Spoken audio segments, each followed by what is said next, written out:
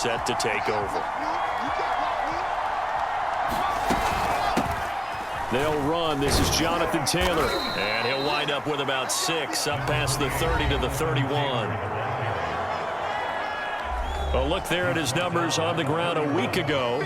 Pretty good as he found himself in the end zone on 2 separate occasions. And those are the most important numbers because no matter what you pile up prior to the goal line, getting in is all that matters. Putting those numbers up on the board, and they love them when they're 6s.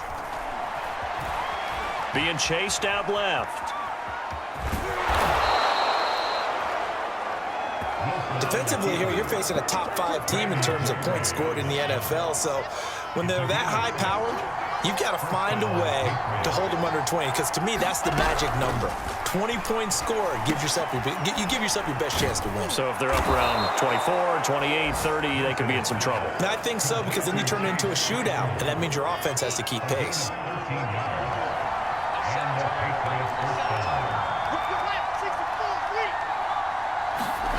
From midfield now, here's Wilson. He's going to let this one go deep.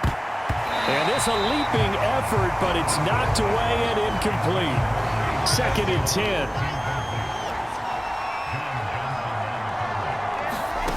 From the shotgun, Wilson. And it's hauled in by Jared Cook.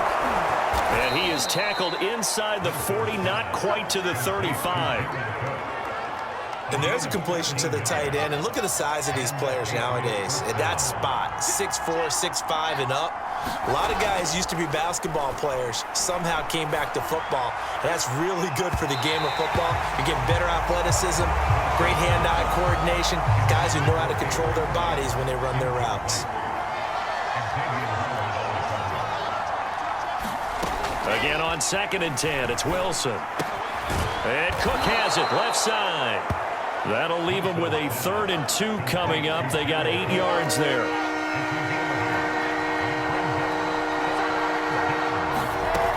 They'll try and run for the first with Taylor. And inside the 20 before he's brought down. Quite the opening drive march they're on right now. It looks a lot like what we saw in practice prior to the game, doesn't it? You know, because on that last big practice beforehand, you go through your offensive script. You go through your play calling. You go through all this. And he's in. Touchdown, Patriots. Jonathan Taylor, his 17th. The Pats at the line, ready to go. And they come into this one riding that nice long win streak. And remember, next weekend is an open week for them. So if they can get the win here, a lot of momentum into that time off. It certainly is. And if you're wondering if anybody's saying, boy, this is coming at a bad time, we want to keep playing, the answer can be yes. Because when teams are on a hot streak, they want to keep going. But what the veterans are telling the young guys in the locker room, an open week is always good, guys. Take it and let's go with it. And this throw a bit late as he couldn't reach back for it. This defense for the Bills, they were very good last week in the win over New Orleans. Yeah, they gave up 17 points, but that's what you would consider a goal for each and every defense, because if you give up 17 points a game all year long, you're thinking you're going to be a playoff team because you expect your offense to score more than that. That's what you're looking for. Room to improve, of course, but I'd have to say a very solid performance. Play action. Now Wilson. Forced out to his left. Only able to get back a yard for his efforts, and that leads us to 4th down. Yeah, not much there that time, and I think we were both wondering once he got out of the box whether he just throw the 7-0 lead of theirs short-lived as they've now given up 2 straight touchdowns to fall behind by 7. Yeah, but no cause for discouragement here. Yeah, they've fallen behind, but haven't they proven that they can go down and score? So what was the formula to get them? And now off to the races down the right side. You'll get nothing. And I like it. The way in. Touchdown, New England. Chase Claypool.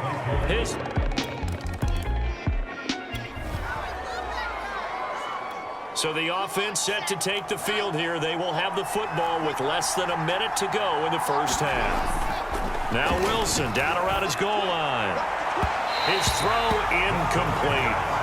From the snap, he certainly looked like he knew where he wanted to go with the ball, but surprise, that guy was covered. So that took his attention elsewhere to no avail. And they work this out past the 25. Now, after the completion, we're going to get a timeout, an injured player. We'll check on his status when we return to Orchard Park.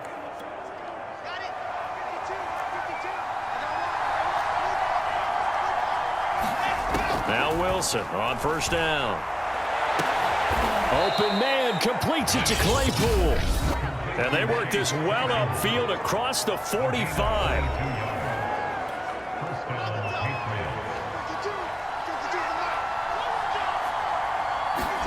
They'll throw on first down with Wilson. And he can't find a receiver, and he's brought down.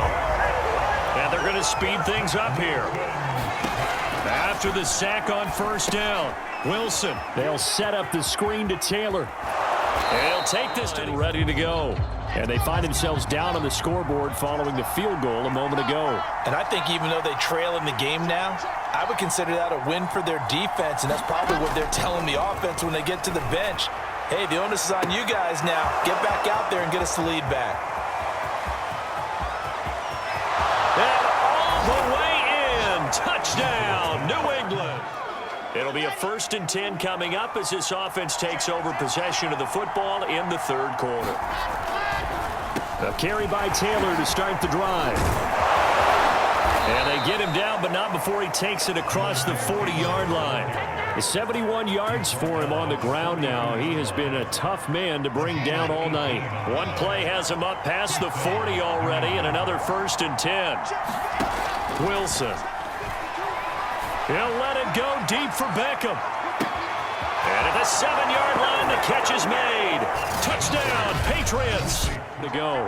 First down's a must on this drive as they start out here 1st and 10. Up past the 25 to the 26, a gain of 5. Charles, you'd said the magic number was probably right around 20 for this defense because they're facing one of the top 5 offenses in the league in terms of points scored. They've had their moments, but this offense just a little too good, isn't it? They really are, because no matter what you do to make an adjustment on defense, they've got an answer for it. And they're going to have this across midfield and inside the 45. A big play there for the Patriots. So the big play gets him across midfield now for 1st and 10. To throw is Wilson. And all the way inside the 15 before they drop him. So how about this for field position after the big play? Inside the 15 now as they come up on 1st and 10. Touchdown! Henry Ruggs, his 5th touchdown, ready to go. Right now clinging to a 1-score lead, Charles, and I think operating within that 4-minute offense with a little less than 4 minutes to go applies here, right? It certainly does, and that means the playbook is still wide open. But you are a little bit more careful about what you're calling. You want plays that are going to gain yardage, how would you say it, consistently, right? You don't need the big shots downfield, but make sure the clock continues to run. Pile up the first downs. And the goal, end the game with your quarterback kneeling down at the end, and you still have the lead. Another nice pickup through the air, and I think a lot of people might expect them to run the ball in this situation, Brandon, but with this lead, they're electing to throw the football. Swings, slants, quick outs, things that they consider safe. That one a little too high as it's knocked away and incomplete. We've got a 1-score game with inside of 2 minutes remaining. So the Patriots with a football as we get you reset.